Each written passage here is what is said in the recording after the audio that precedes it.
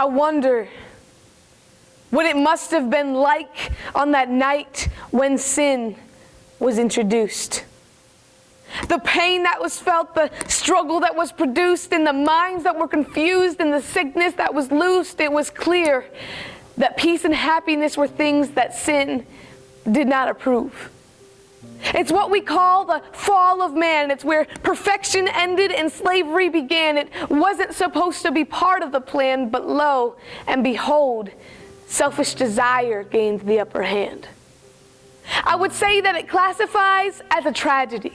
It's when life went from being all about God to being all about me, to be or not to be. That became the question. Life no longer was a necessity, it was just simply a suggestion because we rejected our life-giving connection. And what we thought was freedom turned out to be an ugly infection. And we, the whole of humanity, separated ourselves from the one that we would so desperately need. You see, it should have ended there. There shouldn't have been a God that cared. We should have been left in our own despair. To have a holy creator walk away would have been more than fair.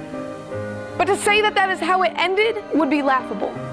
Because this is where the story turns somewhat radical, or some would even call it irrational to think that God would still see us as lovable.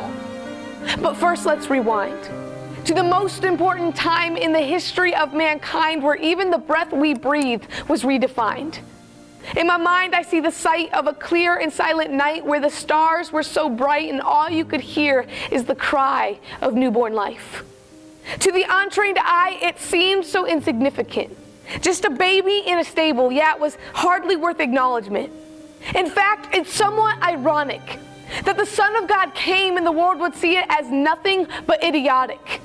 What could a baby do? He's just a poor carpenter's son. There's nothing special about him. Nah, he's definitely not the one. But please allow me to explain what came about with even the utterance of that child's name. You see, with that baby's first breath, a death sentence was sent to the enemy of our souls.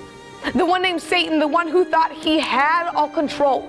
But he got a wake-up call on that beautiful day when he got an invitation to fall on his face at the name of Jesus Christ.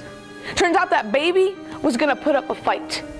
What could a baby do? Well, that baby would become a man who lived his life as a sacrificial lamb, and then pure and blameless, he would stand in my place and would embrace the punishment that I should have faced. Through that baby, there'd be victory. Life would be restored. We'd be given eyes that could see the glory of His majesty. Through that baby, restoration became a reality. Through the name of Jesus, defeat didn't have to be a normality. Blind men see, the deaf can hear, and the dead are raised, all by the power of that baby's name. And so, death, where is your sting? Oh yeah, you do not have it anymore because you have been defeated all the way down to your core. It looks like you underestimated my Lord when you decided to wage war. You see, Satan, you no longer have power over my life because Jesus came and He won the fight. For my home and my family, there is victory because that baby came and He lived and He died to set me free. And so I have decided to follow Jesus. And there is no turning back. And I will keep my eyes on Him in the midst of the attacks.